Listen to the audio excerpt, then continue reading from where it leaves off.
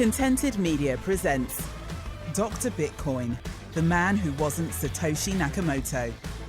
An original podcast series with Mark Hunter and Arthur Van Pelt.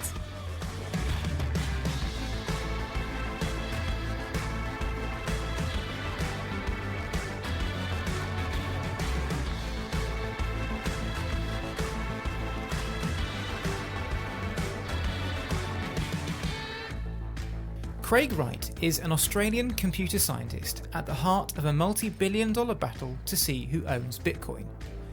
Not the cryptocurrency, the brand. Wright has been trying to get himself recognised as Bitcoin's pseudonymous creator Satoshi Nakamoto for over 7 years, but having failed in the court of public opinion, he has recently taken his battle to bricks and mortar courts as he attempts to sue his way to being awarded ownership of the Bitcoin name and the trillion-dollar ecosystem that comes with it. Wright's supporters claim he is undoubtedly the creator of Bitcoin, while his detractors believe his claim to the Bitcoin throne to be based on nothing but a phalanx of lies and forgeries, supported and funded by a billionaire casino magnate.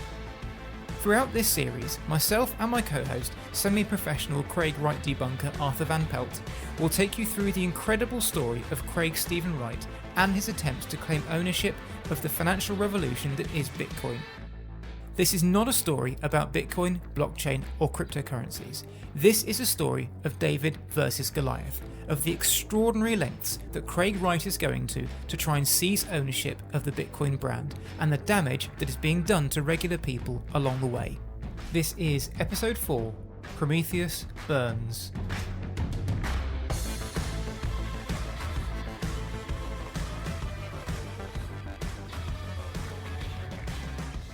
Hello and welcome to Dr. Bitcoin, the man who wasn't Satoshi Nakamoto, the podcast that does indeed lift the lid on the efforts of Mr. Craig Stephen Wright to gain acceptance as Bitcoin's creator, Satoshi Nakamoto.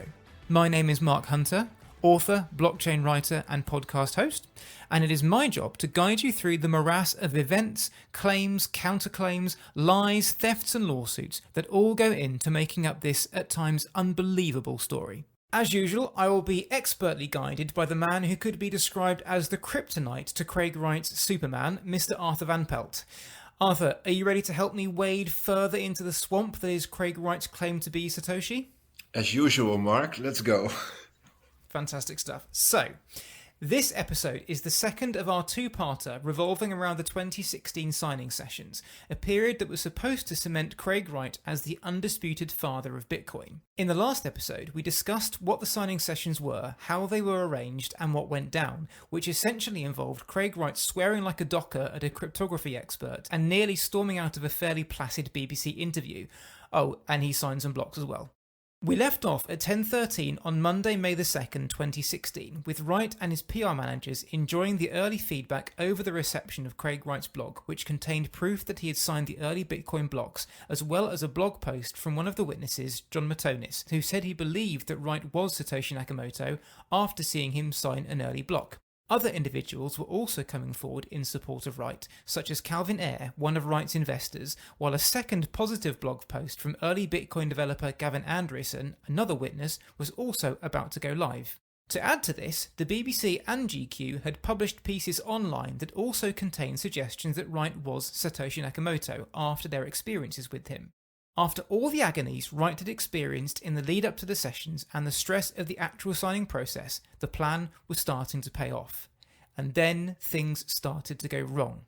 Now, Arthur, Wright's blog post was supposed to show how he had verified the early Bitcoin blocks, a feat he was also supposed to have repeated publicly by the time the blog post went live. What did the world actually get from him? A blog post that mumbled and rambled. What everybody was indeed expecting was the clear explaining what he had signed, how he had signed, with the publicly verifiable proof of it, so everybody could repeat his signing. But that was not what it was. It didn't prove anything. Within hours, it was burned down by a lot of Bitcoin specialists already. The backlash against Wright and the blog began, as you say, to trickle in once people who were actually able to understand his heavily technical Bitcoin babble realised that it didn't make any sense. Something about his signing formula, the one he had used for everyone from Gavin Andresen to the BBC, just didn't add up. It transpired that rather than simply recounting what he had done during his signing sessions, Wright had attempted to offer yet another example of cryptographic proof just for the blog, and one that was far more complex than it needed to be. However, as author Andrew O'Hagan reports, having been in the Encrypt offices at the time, what started out as accusations from readers that Wright's maths had been fudged rapidly progressed to accusations of downright forgery. Much of the criticism came from a thread on Reddit, where it didn't take long for crypto-savvy contributors to realise that rather than Wright using one of Satoshi's private keys as the example in his blog post, he had actually used a public signature previously used by Satoshi Nakamoto himself in his only signed transaction back in 2009. Arthur, what was the significance of this? Now, if you use something that is already out to the public, you can pick up that information and reuse it in the same way as it has already been used, and then it doesn't prove anything. It only if you have an original private key that is private, then you can do a signing and have it publicly verified, and that will count as solid proof. They figured out that he has been doing something that everybody could have done, and certainly not had any reference to Satoshi Nakamoto himself. Respected security researcher Dan Kaminsky published a blog post the same day tearing down Wright's claims and calling him an intentional scammer, adding that the key Wright had used was nothing more than a hash extracted from the blockchain and repurposed for Wright's nefarious use. Kaminsky summarised the attempt as a mildly clever replay attack, foiled by a total lack of QA, quality assurance.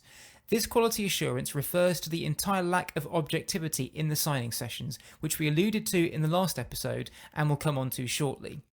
When Andrew O'Hagan quizzed Wright over email about what was going on, Wright responded by claiming that they changed my blog post, presumably referring to the Encrypt team that was in charge of his blog at the time. He then added, "It will be back as I wanted, but first I need to negotiate with Stefan." O'Hagan asked back how did they change it, but did not receive a reply. O'Hagan makes no bones about his reaction to this claim, saying, "I thought he was lying. He had lied before, but to lie so transparently and so publicly made me think he had lost his mind. There was no way to square such actions with his wish to have no publicity. He faked his own proof, and now he was being ripped apart on the internet." In a later meeting with O'Hagan, Wright gave another version of events regarding his blog post, telling the author, "I gave them the wrong thing, then they changed it, then I didn't correct it because I was so angry." We can gauge Wright's sincerity here when he adds after this, "No one wants SN, Satoshi Nakamoto. I will never be SN." Given that Wright is currently involved in several court cases on the basis that he is demanded to be recognised as SN, as well as stating on his personal website that he is creator of Bitcoin, Satoshi Nakamoto, it's pretty clear he can't be taken at face value here. Wright later changed his story once more for Andrew O'Hagan, telling the author that the use of the old key in the blog post had been a simple error, he had put the wrong key in by mistake. This didn't ring true to O'Hagan, but interestingly, his line of reasoning was that Wright might have intentionally put the wrong key in as a kind of get-out clause, a way of forcing doubt on his claims due to his desire to keep his identity a secret rather than any intentional misdirection on Wright's part. Arthur, let's take a few minutes to look at Wright's claims here. His first claim was "they changed my blog post," which presumably refers to the Encrypt team. Given that the use of a private key belonging to Satoshi Nakamoto was the foundation on which the entire enterprise rested, Wright seems to be suggesting here that Encrypt changed the key from the private key to the public key, which would have only undermined the entire effort. It doesn't make any sense. No one working for Encrypt, which is a pretty small circle of people anyway, is going to carry out this act of sabotage knowing it's going to cost their company what they think is a life-changing amount of money and that person their job. Yeah, indeed. And I don't think that it was focusing exactly on the private key part, but just in generic, that it was rewritten in a way that nobody would understand it anymore. But yeah, of course, this didn't happen. It was still Craig's blog post. He wrote it himself. Nothing was changed, and it was published as he wrote it. Yeah, if your entire future career and everything you've dreamed of, not to mention millions of dollars, rests in part on one single blog post that you are in charge of writing, you make damn sure that blog post is accurate. You check it and you check it and you check it again. You see exactly how it will look online when it goes live. You do everything in your power to make sure that it is to the letter what you wrote. What you don't do is hand it over to someone else, fail to check it before it goes live, and then not bother to tell anyone when you think someone has sabotaged it. Yeah, exactly. It's also interesting to note here there are some parallels with the 2015 Wired and Gizmodo situation. Here again, we have information that has been made public, information that was supposed to prove Craig Wright is Satoshi Nakamoto. Once again, that information has been almost instantly flagged up as being fraudulent, and the moment Wright is busted over it, he starts blaming other people and then changes his story. We've seen this before, haven't we? Yeah, indeed. There's one more parallel to the 2015 doxing, which again helps us build a pattern of Wright's behaviour. It was telling that Wright never did anything in the 8 years since he suspected his hard drive was stolen to catch or even pinpoint the ex-employee who supposedly committed the crime. No evidence ever emerged to support this theory, for the simple reason that, by accusing Ira Kleiman of doing it in 2021, he was admitting that the ex-employee's story was a work of fiction. As we heard in the last episode, Wright presented no evidence to suggest that Ira Kleiman stole the hard drive or received its contents either. Now, in the case of this altered 2016 blog post, there is, once again, no evidence that Wright's accusations of sabotage were anything other than a smokescreen, with no one at Encrypt ever accused of such an act. It was probably backlash from Encrypt themselves that prompted Wright to change his story to say that, in fact, this never happened, and that it was Wright himself who sent the wrong information to them. However, as we've said many times before, Wright's explanations often bring up more questions than they answer, and here's another example. The simple answer to the riddle is the same as it was in 2015. Wright's arrogance led him to believe he could outsmart the Bitcoin community, and, once again, he got pulled up for it and blamed somebody else. It's much more likely that, rather than Encrypt trying to sabotage him or accidentally changing crucial bits of the blog post, they faithfully reproduced everything he sent to them, not changing a word due to the fact that it made no sense to them anyway, and they trusted him not to mess it up. Not to mention the fact that they wouldn't have had the first idea of where to find a random 2009 Bitcoin transaction key.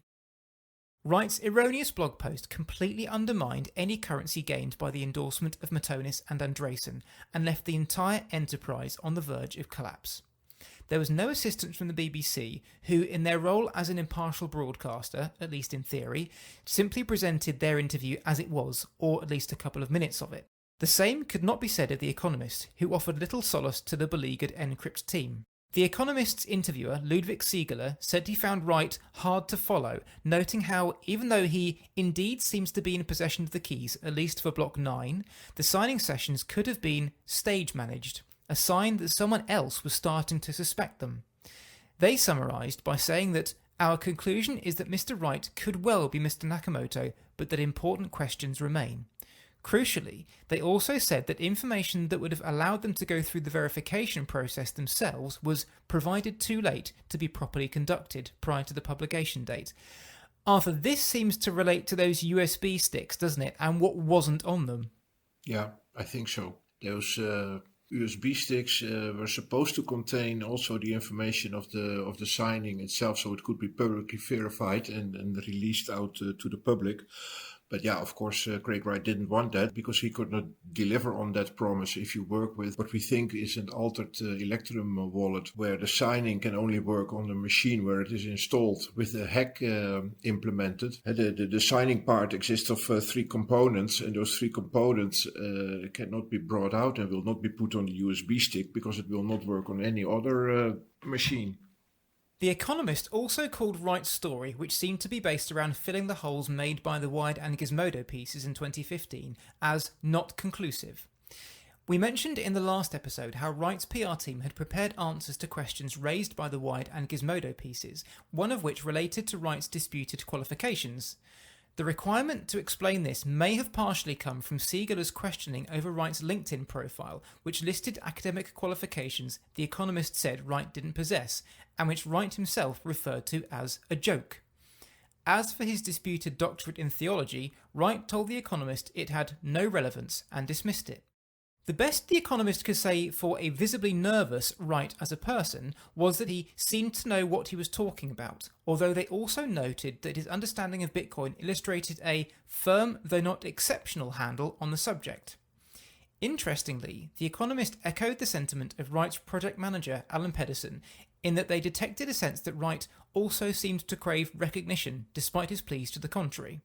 While the Economist piece did not exactly rip Wright to shreds, it cast huge doubt on the validity of his claims, suggesting that not much had changed in the 5 months since Wright was supposedly outed as Satoshi, and the entire exercise had only served to raise more questions than it answered, something that shouldn't be a surprise by now.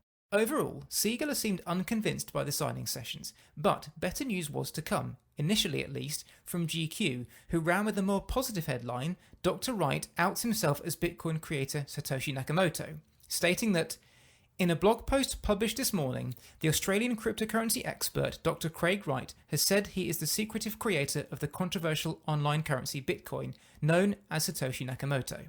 The piece itself revealed very little about the encounter between Wright, GQ writer Stuart McGurk and cryptography expert Dr. Nicolas Courtois, with whom Wright had engaged in an expletive-ridden rant when Courtois questioned the authenticity of his claims. GQ would only say that the encounter was occasionally fractious and incredibly heated, adding that readers would have to wait for the next edition of the magazine to get the inside track. Of course, GQ didn't know at the time that the legitimacy of Wright's signing sessions had been called into question almost immediately, but by the time the magazine came out 3 months later, it merely backed up what many were beginning to suspect: Craig Wright had cheated. Incidentally, this piece proclaiming Wright's unmasking as Satoshi Nakamoto disappeared from GQ's website in late 2017, with a much less flattering online version of their magazine taking its place. Arthur, do you remember what the general mood in the crypto community was in those first few hours on May the 2nd? Nou ja, kind of shocked, surprised, and very critical within hours. It quickly became known that the blog post from Craig Wright was gobbledygook. I think Gavin Andresen summarized it well. As the day progressed, the tide of opinion was clearly turning against Wright, if it was even there to begin with. It was clear now that the entire reveal package was backfiring badly, with the pro-Wright headlines that had appeared first thing in the morning swiftly making way for claims of more fraudulent behaviour from the wannabe Satoshi.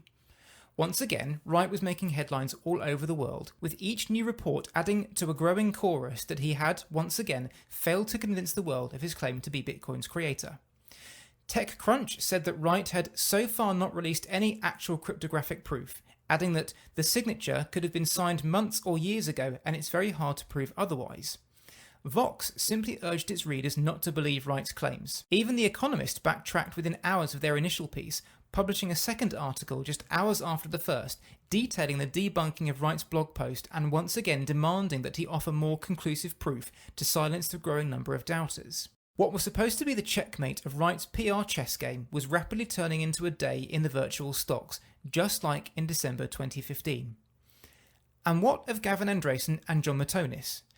Precipitantly, Andresen was slated to appear on a panel at Consensus, the world's biggest cryptocurrency event, held annually in New York on that very same day. Here, naturally, he was quizzed on his experience with Wright, whose claims were spreading around the halls of the Midtown Hilton in New York. He signed in my presence using the private key from block number one, the very first mined Bitcoin block, on a computer that I'm convinced had not been tampered with, on software I'm convinced that had not been tampered with, a message of my choosing. And so that kind of sealed the deal for me, convincing me that he does have that private key. My interactions with him feel like this is the inventor of Bitcoin. I remind everybody he is human. I'm sure he makes mistakes like we all do. I'm sure he's made some mistakes in the past. And he wants his privacy. It didn't take long for Andresen to become worried that he'd been duped, however. During an email exchange with Wright in which the latter repeated the excuse of the supposed blog mix-up and insisted that the correct one would be going up later that day, Andresen said, "Today, pretty please, I'm starting to doubt myself and imagining clever ways you could have tricked me." We now know more about what Andresen thought of Wright's blog post thanks to a deposition in Wright's court case against the Kleiman estate in 2020, where Andresen said, "The blog post that Craig released was not at all what I expected him to release. I expected him to release a very simple, I am Satoshi, here is a simple message signed with an early key from an early block.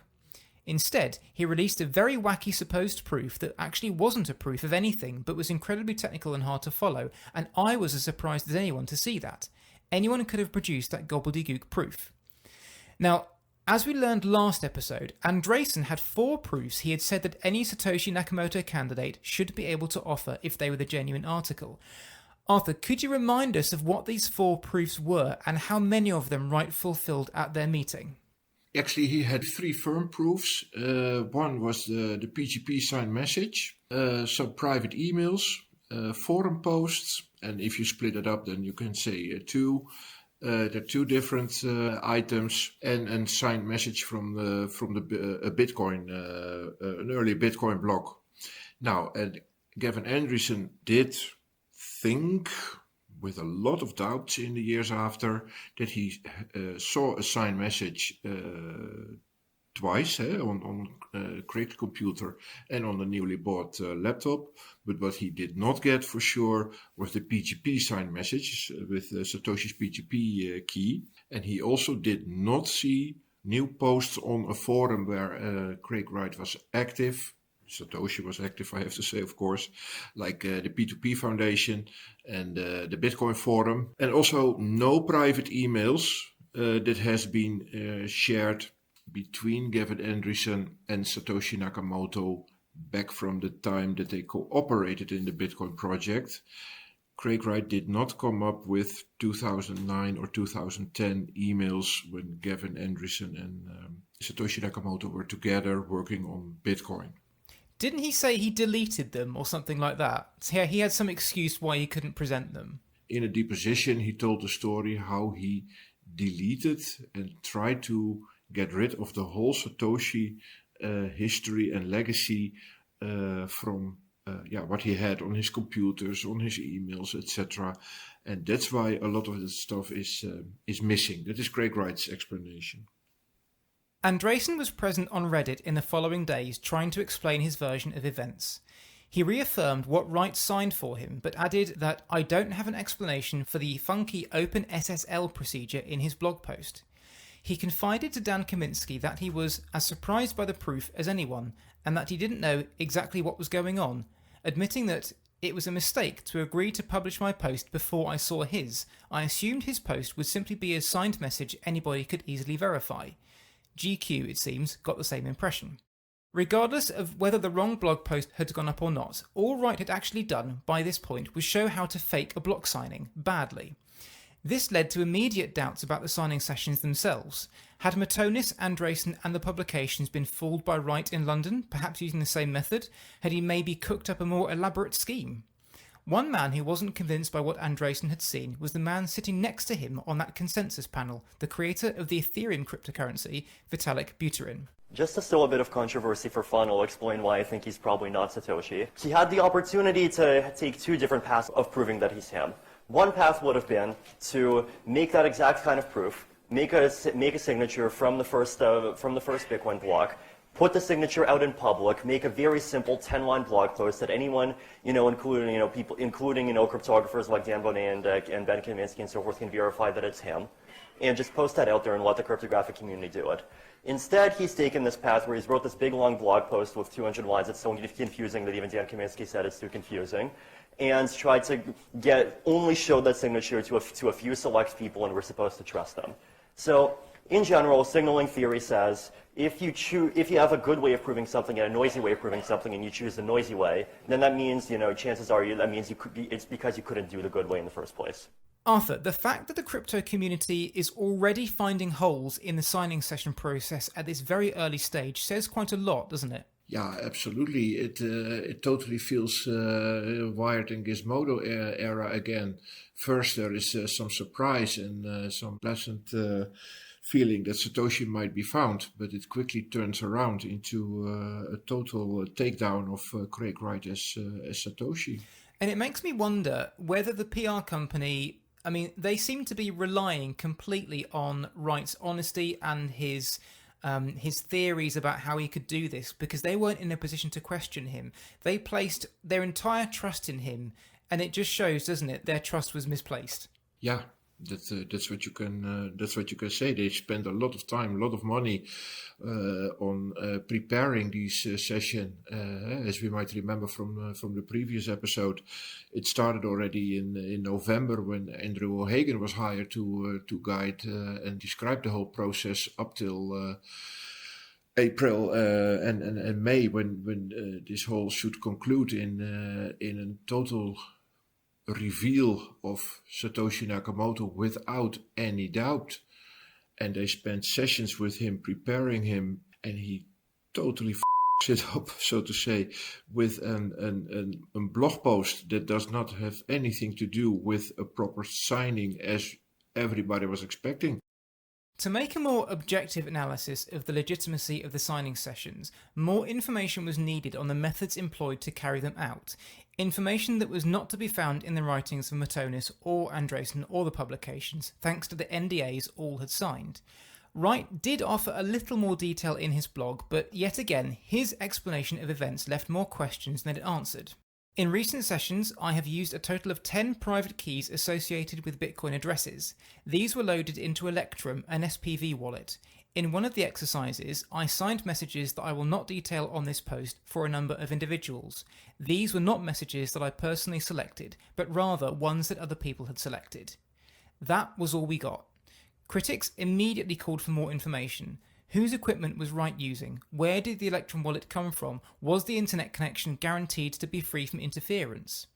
Given Wright's famed abilities regarding computer security, he was more than capable of engineering a favourable set of conditions and making it seem perfectly normal, as one Reddit user neatly summed up, writing, "The magician let me examine the rope before the trick, and I can confirm it was a whole rope."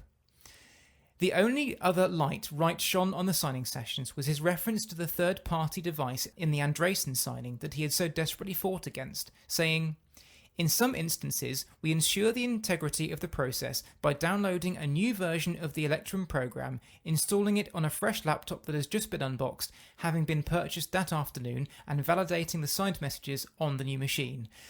Arthur, we know that these some instances were in fact one single instance with Gavin Andresen, but this information alone was enough to get armchair crypto sleuths coming up with various ways in which Wright could have tricked his witnesses. What was one of the first methods that was suggested for this? The Electrum wallet is open source. You can build a hack in the programming code. And it only takes one line if needed. If you're a bad coder, it takes 2 lines. But it's pretty easy to do a man-in-the-middle attack in the Electrum wallet to catch what is entered in the screen of the verification of a signing and change the message that will come back to you as not verified and change that message to verified. And you can do that in several ways. I can give an example. We know that for Gavin Andresen, he used his initials CSW. Gavin Andresen chose a message, I think something like my favorite number is 11. And then because it did not contain the CSW at that moment, Craig Wright entered at the end CSW, his initials. If you do a man-in-the-middle attack, you catch that text CSW and you give back the message verified, only because in the text is this string. Now, you can, of course, build all types of string. For example, not CSW, but just the number 1 or the number 2 or the number 3 or the letter A, the letter B, the letter C. And you can make it as easy as you want. And if you do it a bit more fancy, you do CSW. And that is what we saw happening in the verification with Gavin Andresen. When that new laptop came up, we could have done it in 2 ways. One way is have a hacked Electrum wallet to be downloaded from somewhere. So if he at that moment took out the laptop from the box, connected it to the hotel Wi-Fi, and the hotel Wi-Fi is only going to a place where this hacked Electrum wallet is available, then he will automatically download the hacked Electrum wallet. On the other hand, if still a valid Electrum wallet was downloaded from somewhere else, then Craig Wright, of course, needed to recreate that hack in the source code. And That's why I think that he might have done such a thing. From the moment that the laptop was installed and the moment that Gavin Andresen witnessed his signing, that took between 2 and 3 hours. Yeah, that is way too long for downloading an Electrum wallet and just do a signing. I mean, you can do that within 10-15 minutes. That does not take a lot of drama and a lot of walking around of people. And then certainly, we can do the signing after, let's say, 2.5 hours. So the question then is, did Wright get the chance to change one line of code in the Electrum wallet on the new machine? The world finally had an answer when Andrew O'Hagan, the man who had been asked to write a warts and all account of his time with Dr. Wright's flying circus, published the Satoshi affair in June, which offered unfettered behind-the-scenes access. Skeptics immediately noted how Wright balked at the thought of having to sign on a machine not in his control, and then how he strung the actual signing out for much longer than was needed. Absolute confirmation would not be obtained until Andresen's deposition in 2020, where he described how it took many hours to get the laptop set up, the wallet installed, and the address signed. Now, this is where the entire Andresen signing, and more or less all the others too, is completely discredited as far as I'm concerned. For me, the only way to make this process remotely legitimate would have been for every signing to be done on a brand new, fresh out of the box machine, and that someone with no connection to Write or Encrypt set it up. There should also have been an independent monitor at each signing, maybe someone brought along by the guests, who had knowledge of Bitcoin and the message signing process to oversee the whole thing and make sure there was no foul play. Ideally, this person would have also inspected the code on the wallets to make sure that they were clean before Wright was allowed to sign. What's your take on that, Arthur? Is that too much to ask? No, of course not. So do you think that that should have been the standard model for this testing process? Yeah, always. This reminds me of talking about Gavin Andresen, about the quote that he made also in those days. Given his extreme efforts to avoid releasing a public signature, I'm starting to doubt that Craig actually possesses the keys that he claims to have. And he did somehow manage to trick me and, perhaps, has been deceiving people for many years. Now, that is quite a firm statement, if you ask me, from somebody as Gavin. Gavin is very friendly and not looking for a fight with Craig Wright. In the Andresen case, the fact that Wright had full access to the machine the moment the operating system was installed meant he had license to do anything. It would have taken him seconds to amend the line of code and compromise the wallet, so the verified message popped up when he entered his initials. In truth, we'll never know what Wright did during that crucial hours-long period, but it's no wonder that Andresen admitted in the same deposition that there are places in the private proving session where I could have been fooled, where somebody could have switched out the software that was being used, or perhaps the laptop that was delivered was not a brand new laptop and had been tampered with in some way. In the same deposition, Andresen admitted that he hadn't kept a close eye on what Wright was doing with the laptop and was unable to say for certain what Wi-Fi network it was using, where the Electrum wallet came from, or any of the other crucial details needed to ensure that the machine remained uncompromised. Electrum themselves added fuel to the fire on May the 3rd when they took to Twitter to clear something up, saying, "There was no download of a signature file of Electrum from a UK IP on April 7th. What this meant was that no one logged in from the UK had downloaded an Electrum wallet from the official servers on the day of the signing, as Wright said he had done. This was taken as proof that Wright feigned downloading the wallet for Andresen onto the new laptop and instead used a patched version he already owned. I'm not sure we can read too much into this one though, can we? I mean, he could have been using a VPN or something, couldn't he? Yeah, that's hard to say. We were not there. We can only make guesses. But the circumstantial evidence, for me, the most important thing is what I just quoted from Gavin Andresen. As the validity of the signing sessions attracted more scrutiny, including in the global press, Andresen was finding himself at the centre of the storm as much as Wright, due to the fact that his was the most detailed account on record. As well as trying to explain things on Reddit and with Dan Kaminsky, Andresen also exchanged emails with scientist and Cornell professor Emin Gunsura, where he admitted that Wright could have manipulated the laptop's internet connection so as to route it to a fraudulent version of Electrum, something that he was eminently capable of doing. Sura himself was one of the immediately dissenting voices, as noted on his blog post, Extraordinary Satoshi Claims, posted the very afternoon of the reveal on May the 2nd, saying, "I remain firm that the evidence we have seen is nowhere near convincing. We have yet to see proper, independently verifiable cryptographic proof. Even with cryptographic proof, there is still the possibility that the real Satoshi's keys may have been compromised, reverse engineered, or handed over by Satoshi to Craig Wright." In his 2020 deposition, Andresen was directly asked whether 4 years had changed his perspective of Wright's claims to be Satoshi Nakamoto, to which he responded by saying, "I think it's more likely than not that I saw a proper signature, but I do have some doubt." Clear as mud. A detailed examination of the signing process was carried out by Bitcoin security specialist Kim Nilsson for the website WizSec in July 2021, where he summarised that a patched Electrum wallet was very likely the method Wright had used to fool his witnesses, a process he called quite trivial to pull off. Nilsson also suggested multiple ways in which Wright had managed to get the early block addresses into the Electrum wallet, something that in theory should not have been possible without first owning the private keys.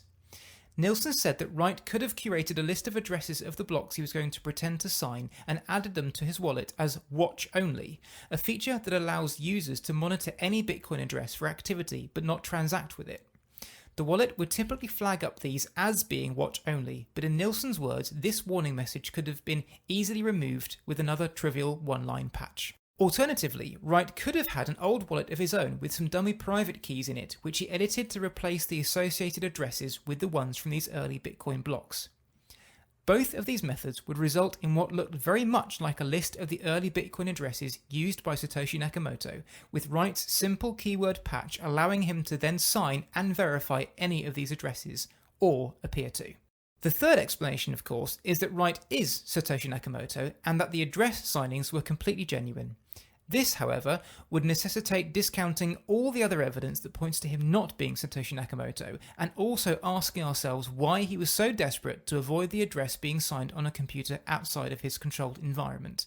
Back in May 2016, the demands being made of Gavin Andresen to explain the signing process don't seem to have been made of John Matonis. If they were, he studiously ignored them, putting out just one tweet on May the 5th stating that there won't be an on-chain signing from early Bitcoin blocks, but there also won't be another Satoshi. Matonis would eventually publicly reiterate his belief that Wright was Satoshi a year later, confirming his belief that he witnessed a genuine block signing in April 2016, clearing up any remaining doubts on his part. Now, some have argued that Matonis and Andresen have refused to categorically call out Wright on his faked signing sessions because it would have, in turn, made them look like amateurs who couldn't spot something that armchair researchers were able to do within hours of Wright's blog post.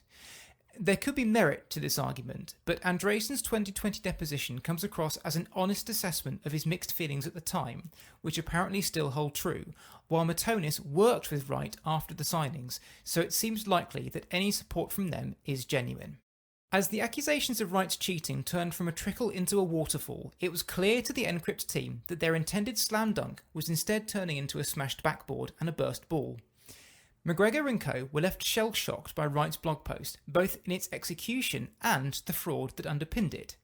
They had bought into him 100%, staking millions of pounds on the venture, and it was collapsing around them. McGregor told Andrew O'Hagan that Wright had f***ed me, and, with particular regard to the blog, that he had gotten cute with the math, which was an interesting way of saying he had cheated. McGregor said that there had been a shouty and ugly confrontation with Wright, where McGregor had once again threatened to pack Wright back off to Australia with a wish of good luck with the ATO, the Australian tax authority who was still thought to be investigating Wright at that time. This is also a quote that I find very telling, that his struggles with the ATO are not over yet. I mean, if you say such a thing in end of April 2016, things were supposed to be cleared and paid off in the era just after June when the bailout started, then one would think that in the years after he is stating that he did not flee to London because he was not in trouble, ATO was not looking for him anymore, That is pretty telling, to me at least, that he was not out of trouble, and he is still not out of trouble. Yeah, and you wonder what these Encrypt guys know that we haven't been told about the details as far as that tax investigation goes. They clearly know something more, don't they? No, we are for 100% sure that in 2018 there was still a criminal investigation against Craig Wright going on from Australia. The surface cracks that had been visible since the partnership's early days had suddenly turned into deep structural fissures. Wright himself didn't help matters, releasing a strange blog post on May the 3rd which perhaps highlighted his mental state more than anything at this time. Titled, "I am Craig Wright, inventor of Craig Wright," and subtitled, "I can prove I am the man who can prove he is the man who invented Bitcoin," Wright claimed that, "Yesterday I told the world I planned to prove I am Satoshi Nakamoto, the inventor of Bitcoin. Many didn't believe me. Therefore, today I'm taking it one step further. I plan to prove that I am Craig Wright, the inventor of Craig Wright." Wright then apparently cryptographically signed the sentence, "I am Craig Wright, inventor of Craig Wright," in the same way he had done for the signing sessions, before continuing on to deny the plethora of accusations levelled against him. He ended the blog post in an equally cryptic way. "I'm from the reality where I invented the Craig Wright who invented Satoshi Nakamoto, and it's not my fault you're from the reality where someone else invented the person who invented Satoshi Nakamoto." Arthur, do you have any idea what Wright is talking about here, or is this just the rantings of someone close to a mental breakdown? Yeah, kind of. And it's part of how you bamboozle and obfuscate information to your reader to, in this case, hide that you are not who you claim to be. So you think this was an intentional blog post? This wasn't him sort of losing the grip on reality? Oh yeah, of course, because at first he would have thought that this whole signing sessions procedure would succeed, that his blog post would not be nailed down as harsh as it was done. So, of course, he was under a growing stress at that moment, and we will see later in the week what happens. It's clear to anyone with half a brain that the enterprise should have ended there. If this had been a boxing match, the referee would have stopped it at this point. But the Encrypt team had put masses of time, money and effort into Wright. There was too much riding on him to back out now, no matter what his mental state. So, rather than backing out, Wright, McGregor and Matthews instead went nuclear. There was one thing left in their arsenal, the Mona Lisa of proof, and in a second May the 3rd blog post, Wright, or more likely someone from Encrypt, announced that what everyone had wanted to happen in the first place was finally happening. Over the coming days, I will be posting a series of pieces that will lay the foundations for this extraordinary claim, posting independently verifiable documents and evidence addressing some of the false allegations that have been levelled, and transferring Bitcoin from an early block. I can prove access to the early keys, and I can and will do so by moving Bitcoin, but this should be a necessary but not sufficient condition for such an extraordinary claim. Finally, everyone would know once and for all if Wright was indeed the blockchain Prometheus Satoshi Nakamoto. The Bitcoin world held its breath.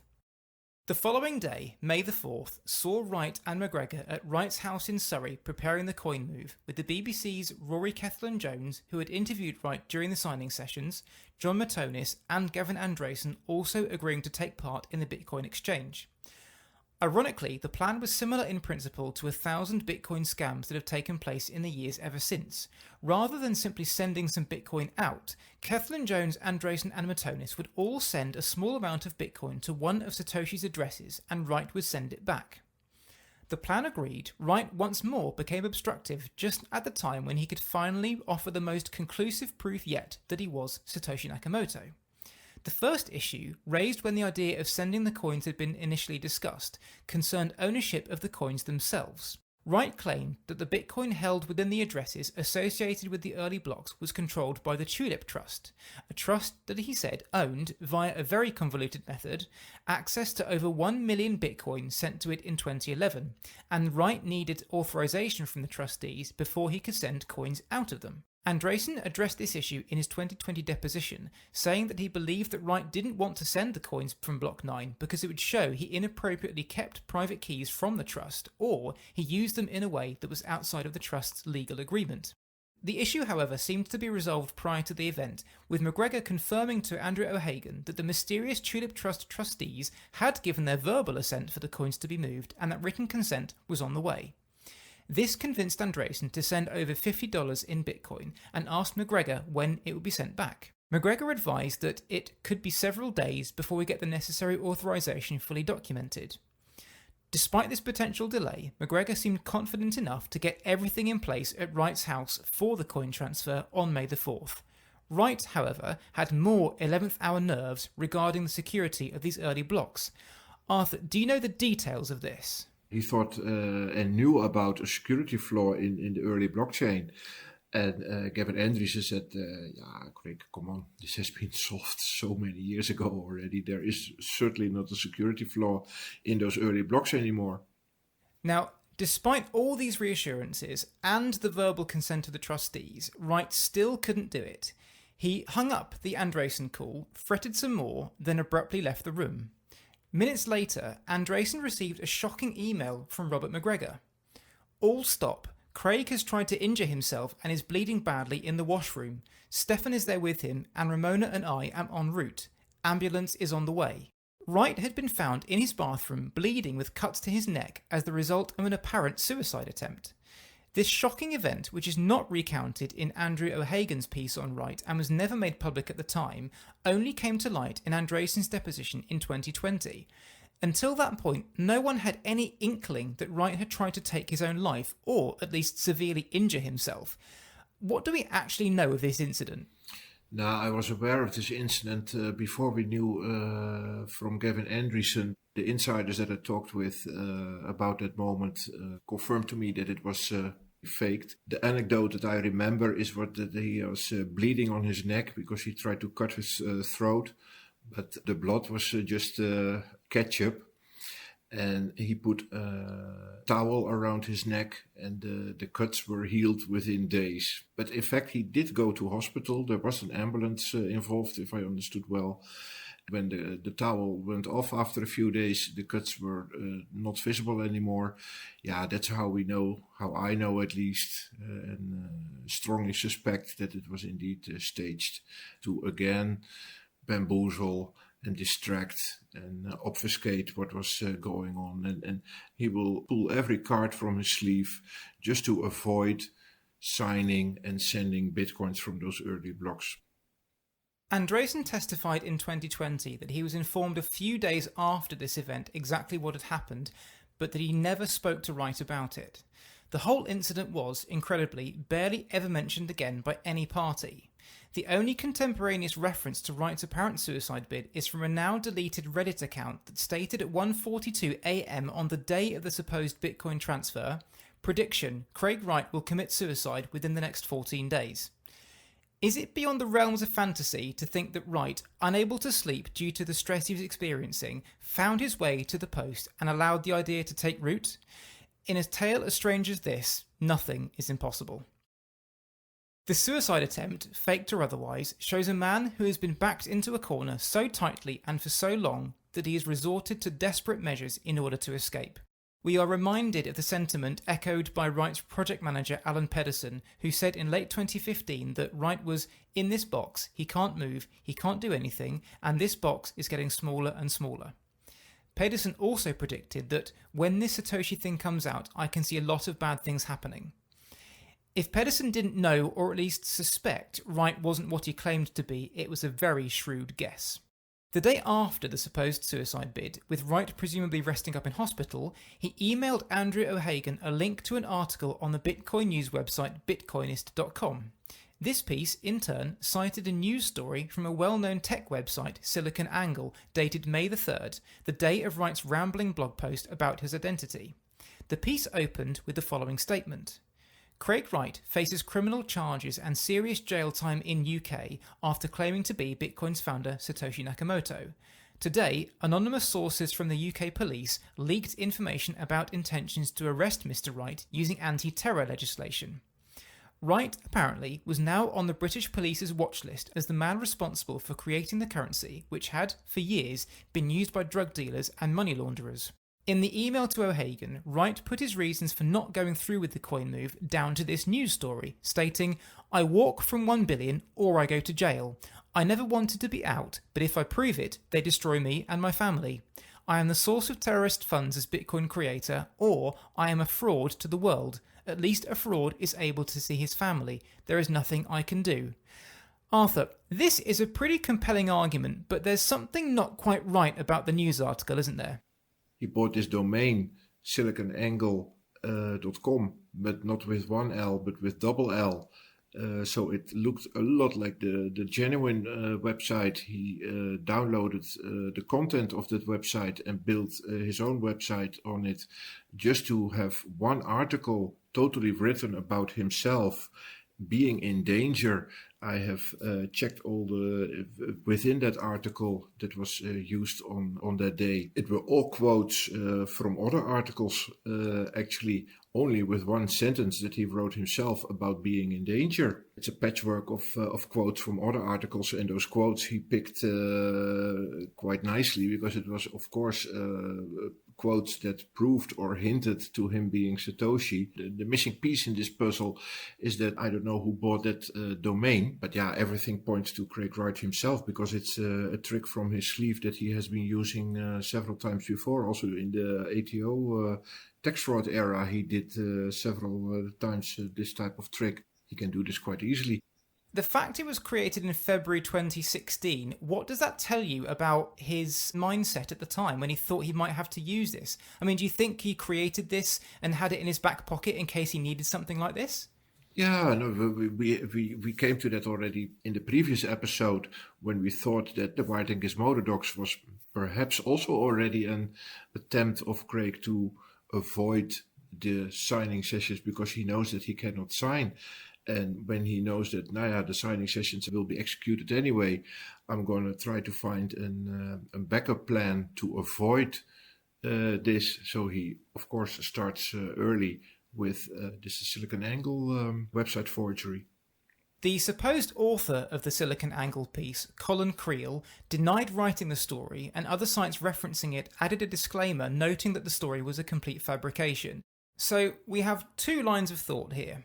Either Craig Wright is Satoshi Nakamoto, but he says he can't prove it after falling for a fake news story on a fake news site saying that he might be arrested if he goes ahead with it.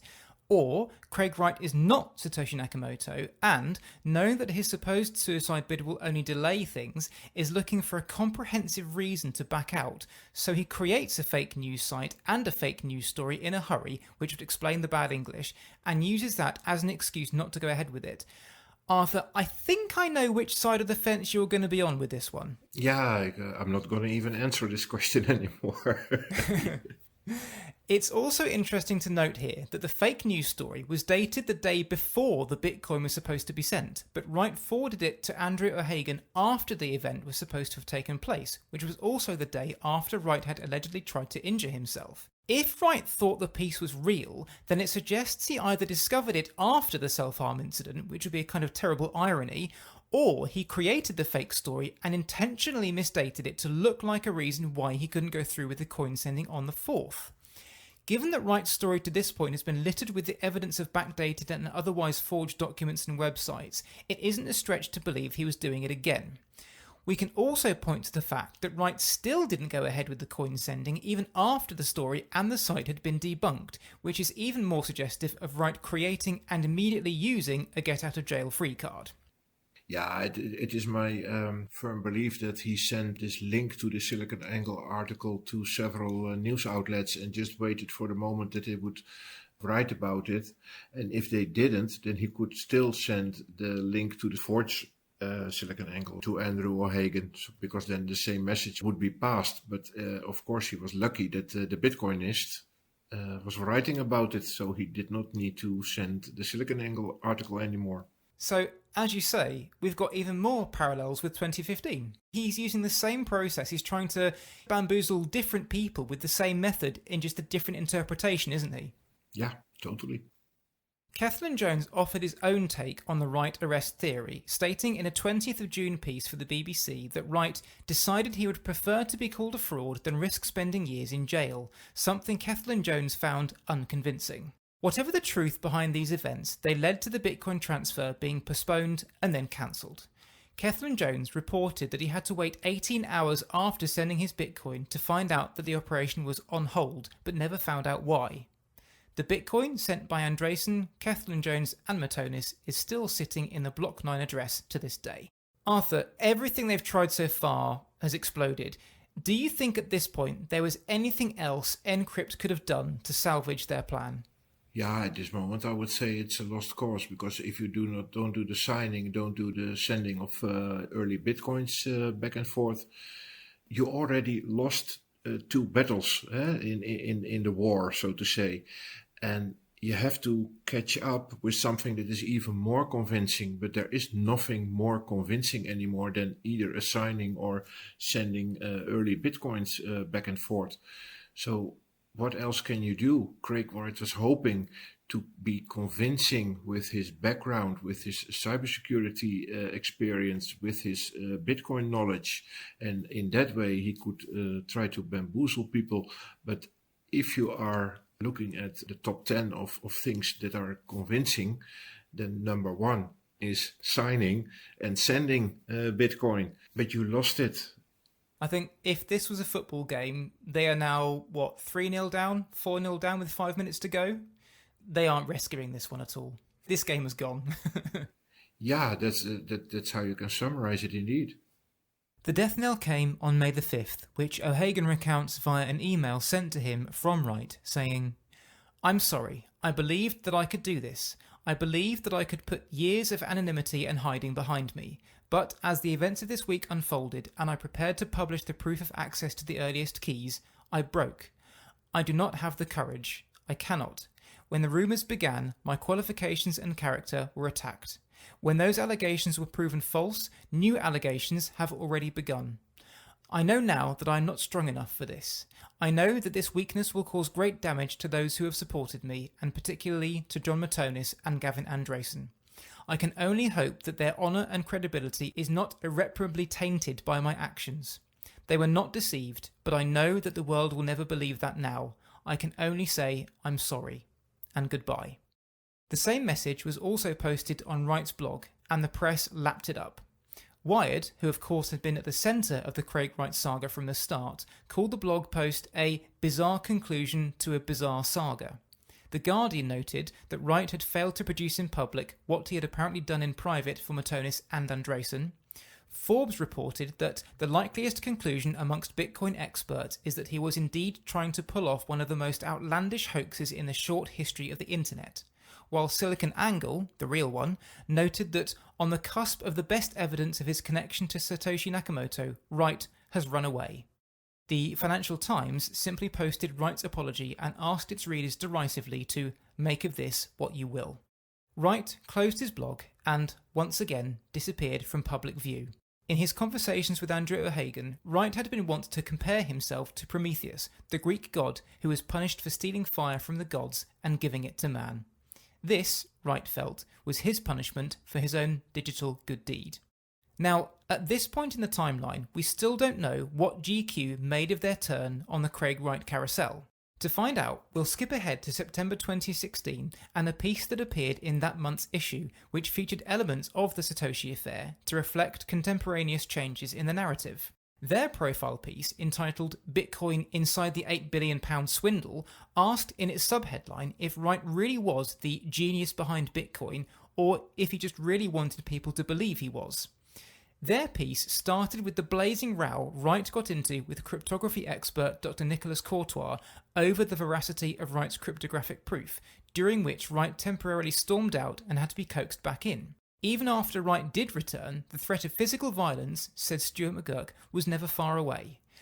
Arthur, could you please remind us of the reason behind this explosive argument between Wright and Dr. Courtois?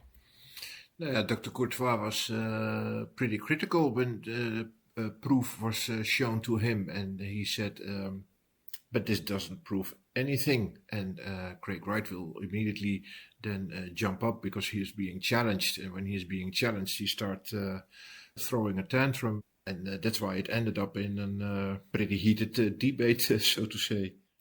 McGurk wrote that the signing session ended without conclusion, although adding that he was still left with the suspicion that Wright could be Satoshi, and that if he wasn't, he was instead a convincing conman.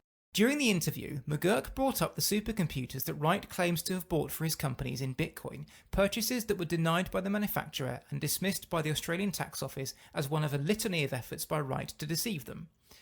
When quizzed on the location of these supercomputers, Wright glanced nervously at his PR team and responded evasively that, if I answer that question, I get in big trouble. McGurk added himself to the growing list of people who noticed that Wright's answers to questions not only failed to close down the avenue the question created, but often succeeded in opening up multiple new avenues of questioning on the back of them. For example, Wright added another layer to the story of a person or group of people persecuting him by saying that whoever carried out the 2015 leaks to Wired and Gizmodo had tried to extort him, something he hadn't publicly mentioned until that point, and that although he had suspicions over who that person might be, he had no proof, which immediately killed any hope of further investigation. Wright appears to have never reported this extortion attempt to the police alongside the theft of the hard drive, and has never mentioned it again since, raising the suspicion that he simply made it up on the spot. In the GQ interview, Wright once more put the onus of his unmasking as Satoshi Nakamoto on Encrypt, saying, "People in my organisation keep going, we've got to do this." By the time of the article, however, McGurk was well aware that Wright had been lured by the prospect of a financial windfall into signing a deal with Encrypt in 2015 that necessitated the unmasking, a deal that he chose to sign. McGurk also quizzed Wright on other elements of his story, such as the known working hours of Satoshi Nakamoto, which for Wright would have meant consistent sleeping hours of 3 p.m. till 9 p.m. Wright explained this by saying that he was up at all hours working on Bitcoin.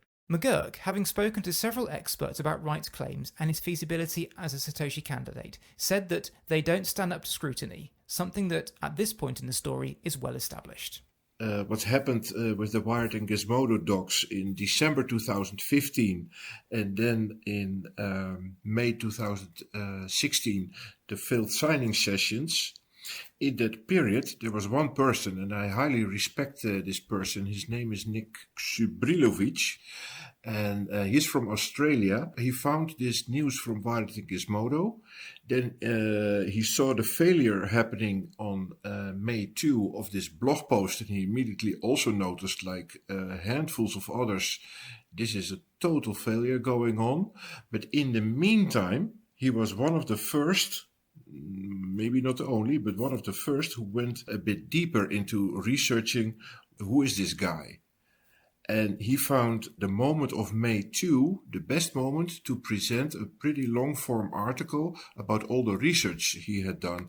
And I just want to quote you one paragraph, because he got in touch with Craig Wright's ex-colleagues and friends from back in the day. Sydney is a global city, but in many ways it's a small town. I found out after the Wire report that I knew 2 people who had worked for Wright. And since the story is published today, which was May the 2nd, I have come to hear, either directly or second-hand, from a number of other people also who either worked for or knew Wright. Wright is not Satoshi Nakamoto and is not even capable of being Satoshi Nakamoto. One friend described how Wright is so convincing that even though he knew he wasn't capable of creating Bitcoin, he would at times even doubt himself. Another said that Wright has everybody convinced for at least a short period, but then it begins to unravel as his actions do not match his word. He came away from his experience convinced that Wright is a fraud. Yet another person who worked for Wright characterized him as the best conman I've ever met. This paragraph of his long-form piece is for me so important, because we have seen from Wired and Gizmodo up till May 2016, everybody is looking into, let's say, the more superficial things. How to debunk that signing session. That is more or less a technical debunk. From the Wired and Gizmodo era, we know about they check just the basic things, his LinkedIn profile, the forgeries that were in the docs package, etc. But this guy took the time between December and May, let's say 5-6 months, he took the time to dig a bit deeper. And this is, for me, a very important piece of evidence that this guy has not only been scamming in the Bitcoin arena, but also before. What's interesting is that all of those opinions and all of those reminiscences fit precisely with what we know of him. There's not one element of what they've said that deviates from his known characteristics, is there? Yeah, that's it. Especially the quote, he has everybody convinced for at least a short period, but then it begins to unravel as his actions do not match his word. This quote is I should have a tattoo with that quote. This describes him as he is. Back in the land of the GQ profile piece, Stuart McGurk's doubts over Wright's credentials as a Satoshi candidate, all the pieces of the puzzle that left him with more questions than answers, paled into insignificance when, some days after the interview, Dr. Courtois emailed him with proof from the interview that, in the Frenchman's words, Wright had cheated them with the cryptographic proofs, and that the whole thing was a hoax. Arthur, how did Dr. Courtois figure this out before the blog post was published?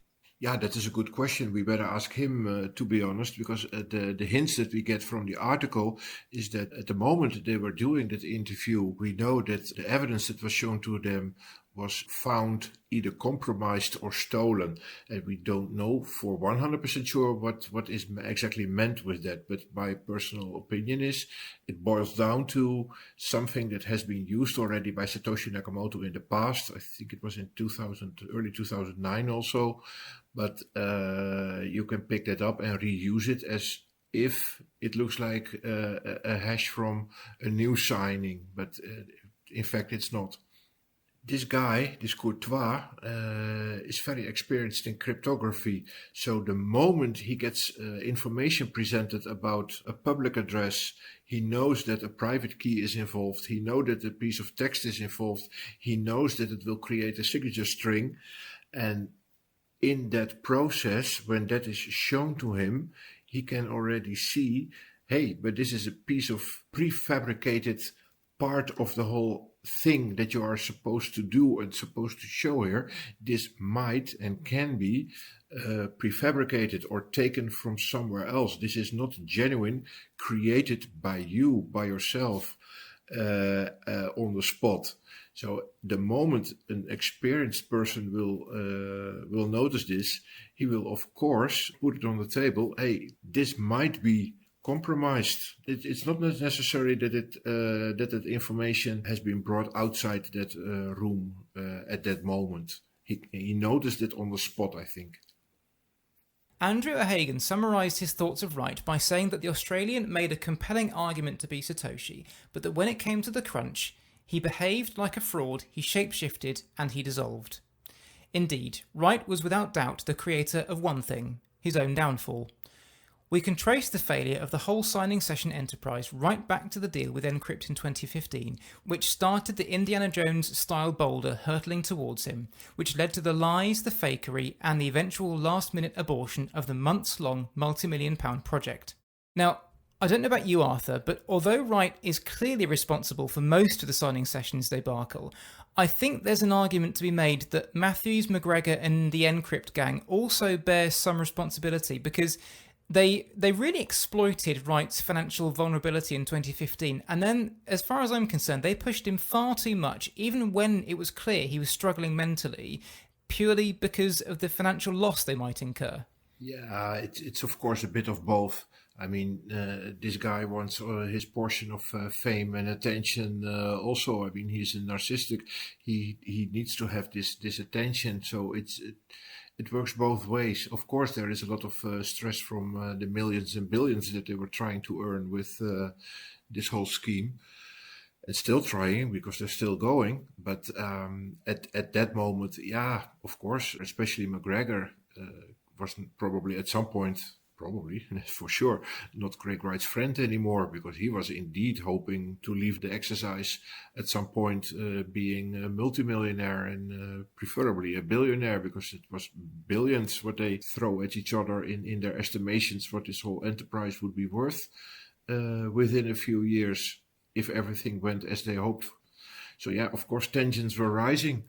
But it was also Craig Wright's his own fault because he couldn't deliver on the promises that he made. Nee, of course not. When you're not Satoshi, you cannot deliver on the promises that Satoshi would have been able to. Wright wasn't the only loser from the signing sessions fiasco, although he was probably the biggest. For many, including large sections of the media, his reputation as a liar and a fraud had been reinforced rather than being erased as he had hoped. His deal with Encrypt was now public knowledge, and his mental health was shot. He still had his job, but his presence at Encrypt, where he was seen as a kind of mercurial driving force of the company, was quickly and comprehensively expunged. It was as if he never existed, a persona non grata who still walked the corridors of Encrypt with his name, in the words of Andrew O'Hagan, spoken in whispers. Encrypt may have taken a sledgehammer to a nut in giving Wright the platform to elevate his career to a new level, but if we are to believe some of those who have worked with Wright the closest, despite his public desire for an academic's life of quiet study, he maintained a burning internal desire for adulation and recognition as Satoshi Nakamoto. The world is full of people who have desired something so much they have bent the law, or at least the moral code, in order to achieve it. The attempted conjuring act that was the signing sessions, coupled with Wright's failure to go through with the moving of the Bitcoin from the early addresses, led to the vast majority of the Bitcoin community viewing the entire episode as Forbes had described it, nothing more than a remarkable hoax. However, not everyone was convinced that the signing session debacle and Wright's decision not to send the coins was down to his being unable to do so, claiming instead, for various reasons, he didn't want to. One of those was Andrew O'Hagan, who felt that Wright manufactured a way out for himself, not because he couldn't do it, but because he was unable to deal with the pressure of being Satoshi Nakamoto. That the dual battle of his desire to be recognised and what that might bring to his doorstep was too much for him to take. Part of this, of course, is the potential for him to be arrested due to his role as Bitcoin's creator, which is yet to happen. Is this because the British police don't consider him to be Satoshi Nakamoto, or is it because the story was a complete fabrication? Either way, it doesn't look good for Craig Wright. The irony, of course, is that if Wright truly was Satoshi Nakamoto, this whole charade could have been avoided. A quick, genuine signature on any of Bitcoin's early blocks and an open invitation to the world to verify it is all the proof that has ever been needed to silence even Wright's harshest critics.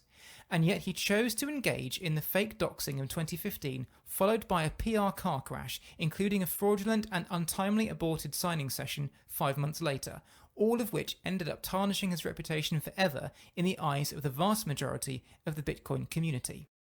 Robert McGregor told Andrew O'Hagan that, despite his opinion that Wright put a gun to our head and pulled the trigger, he still believed that Wright was Satoshi. He just couldn't understand why he bailed on them. McGregor had reason to agonise over the failure of the plan. He was $15 million down, the PR companies he had worked with would no longer deal with him, and venture capital firms were not taking his calls. Encrypt, however, would go on, he said, with or without Wright. Arthur, we've highlighted before Wright's ability to brainwash people into believing his stories, and here is more evidence. Those who have spent time with him managed to ignore pretty obvious inconsistencies and discrepancies over his claims, whereas those who look simply at the evidence tend to dismiss him out of hand. We're leading towards that cult leader thing, aren't we, again? Yeah, that is how people who are convinced about something carefully navigate around all the red flags and signals that every normal person with a few brain cells should think, I have to avoid this, I have to be critical about this. But the people that do, like I said, they navigate around the red flags. How they do it, I don't know, because they slap me in the face all the time when I look at it. Everything in my body will scream, don't do this, don't believe him. It's interesting for me that there are some things that Wright clings on to support his claims, and there are other things he never mentions again. Now, I don't recall him mentioning the signing sessions much at all since they ended, presumably because they damaged his claims. Do you think his more recent followers have any idea that they even happened? the discussions that I sometimes follow on especially Twitter, which is my platform where I'm most active in, it is hardly referenced. And I think because they exist in this little echo bubble, it's like communist China. You know, they're prevented from learning about Tiananmen Square, and it seems like a lot of Craig Wright's followers are prevented from finding out about these previous incidents. You can see all the desperate attempts to get me blocked, to get me discredited, to call me a paid shield. Calvin Harris sometimes he tries to get his followers to ignore the information that should be clear to everybody. This guy is a fraud. But the moment Calvin Harris jumps into the discussion, he immediately commands the troops to start ignoring the people who are presenting that information. Throughout 2016, the outlets that had covered the Craig Wright saga largely moved on as Wright himself disappeared from public view. The matter was revisited in September when the GQ piece went live, but before long, no one was talking about Craig Wright anymore. Cryptocurrency enthusiasts continued to discuss the various ways Wright could have scammed Andreessen, Matonis et al., but the wider world lost interest. Andrew O'Hagan summed up the feelings of many in the conclusion of the Satoshi affair, saying, "What he actually did may never be known.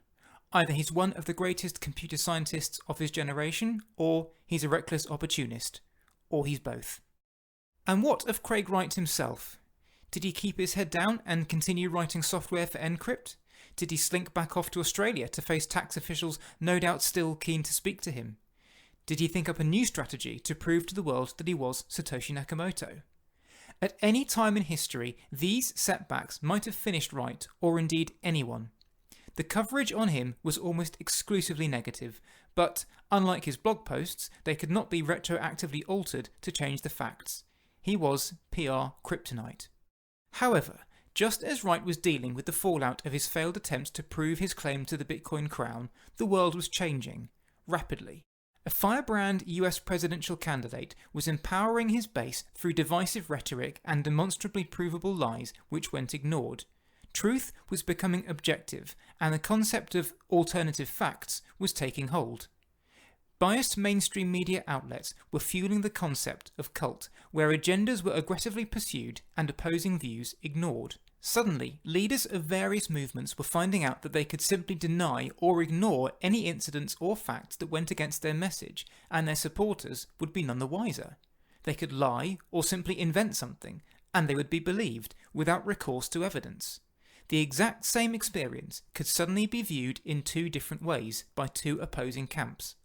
Alternative realities were hip. And, as Wright had said in his May the 3rd blog post, just as his world was crumbling around him, "I'm from the reality where I invented the Craig Wright who invented Satoshi Nakamoto. And it's not my fault you're from the reality where someone else invented the person who invented Satoshi Nakamoto." The cult of Craig Wright was coming. That wraps us up for episode 4. Arthur, as always, thank you so much for your invaluable insight. You're welcome, Mark. See you next time. Yeah, I'll see you again for episode 5. Yep. Don't forget, you can follow Arthur on Twitter at MyLegacyKit for regular updates on Craig Wright, or for more in-depth pieces on Wright and his activities, you can follow him on Medium, also at MyLegacyKit. A word of warning though, Arthur's work naturally contains spoilers, including key elements that we will be discussing in this series, so please be advised of that before you take the plunge. Thanks once again for listening, and we'll see you next time. Thank you for listening to episode 4 of Dr. Bitcoin, the man who wasn't Satoshi Nakamoto. If you've liked what you've heard so far, we'd love it if you could rate and even review us on your podcast app of choice and help us spread the word. Make sure you subscribe to the podcast too in order to get the episodes the moment they drop. If you'd like to contact us, you can do so via email at drbitcoinpod@gmail.com, that's drbitcoinpod, and please follow us on Twitter at drbitcoinpod, that's at drbitcoinpod. You've been listening to Dr. Bitcoin, the man who wasn't Satoshi Nakamoto. Written by Mark Hunter, with additional material by Arthur Van Pelt. Editing and production by Mark Hunter. This has been a Contented Media production.